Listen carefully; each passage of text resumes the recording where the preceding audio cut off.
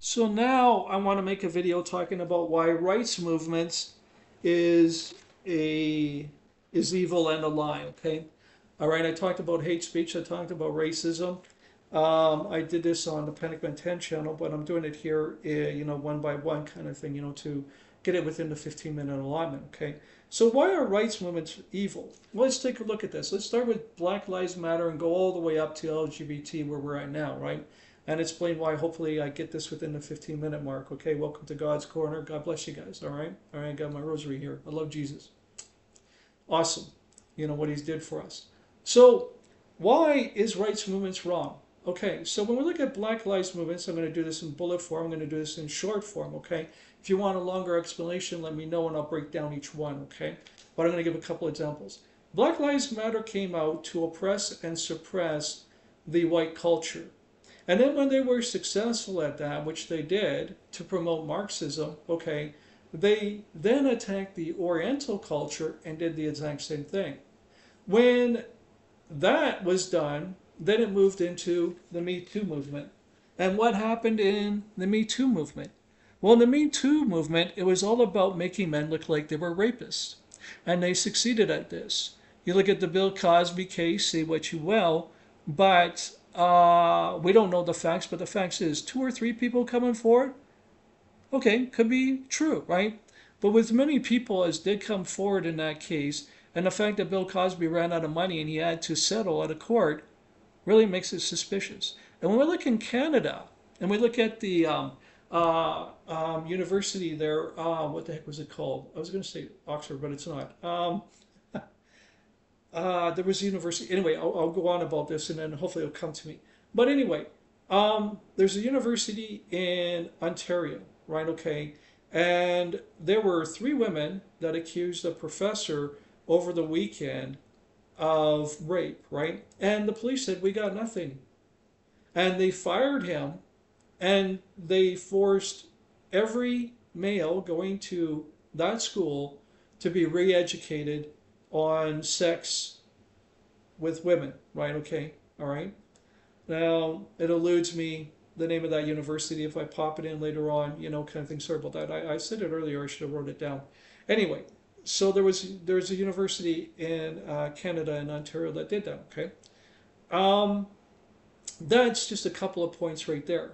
Okay, then we go from Me Too movement, and it gets worse for men because then it turns into women's rights, and in women's rights, what do we see here? Complete emasculation of men, right? Men have absolutely no value or worth in today's society and culture, right? And women were like, well, you can do, we can do better, kind of thing. And look at how that worked out. It didn't, right? They can't do what men can do. Who fights your wars? Who protects the family? Who provides for the family?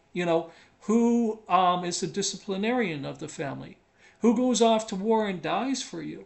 Yeah, sure, there's a woman or two in the States and that we heard about that died in the military, but it's been the men all along that's been doing this. When you look at the Olympics, we look at the transgenders, just to touch on this lately, and in athletic sports, beating up women.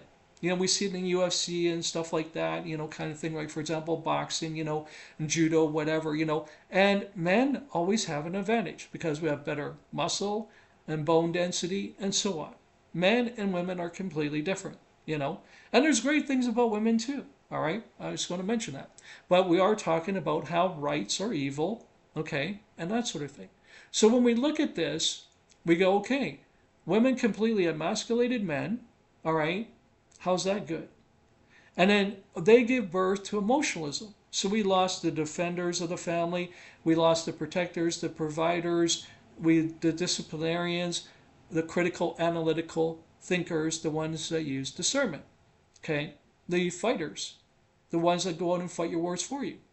And then that gives birth to emotionalism because that's what women are, is emotional creatures. And then what happens from there? Well, then that moves into the LGBT community. And from the LGBT community, we got two things going on. We got the drag queens, whose purpose and goal is to take down the Catholic Church. How's that a good thing? And then the transgender women whose goal is to stop biological women from having children. As a matter of fact, we've got asexuals and bisexuals in this group too. How's that a good thing? And that, ladies and gentlemen, is the short version of it, okay? If you want a much more longer version, if you want more explanation about these things and how they're evil and how they're a lie and we're being fed a lie, this is why, okay? All right? Again, I am, Catholic. I am a Christian. I believe in Jesus Christ. And Jesus Christ told us to even love our enemies. So all we have is love in our hearts. And I'm speaking through discernment, critical, analytical thinking. Is it in the Bible? No. If it's not in the Bible, it's not good. And when we look at it on paper and we sit back with discernment and we use critical analytical thinking, we can see how it's not good. All right? Thanks a lot for your time, ladies and gentlemen. God bless you and have an amazing day. Thank you for your time.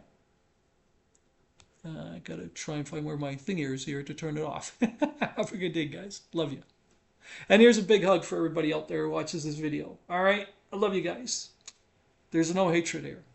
Only common sense.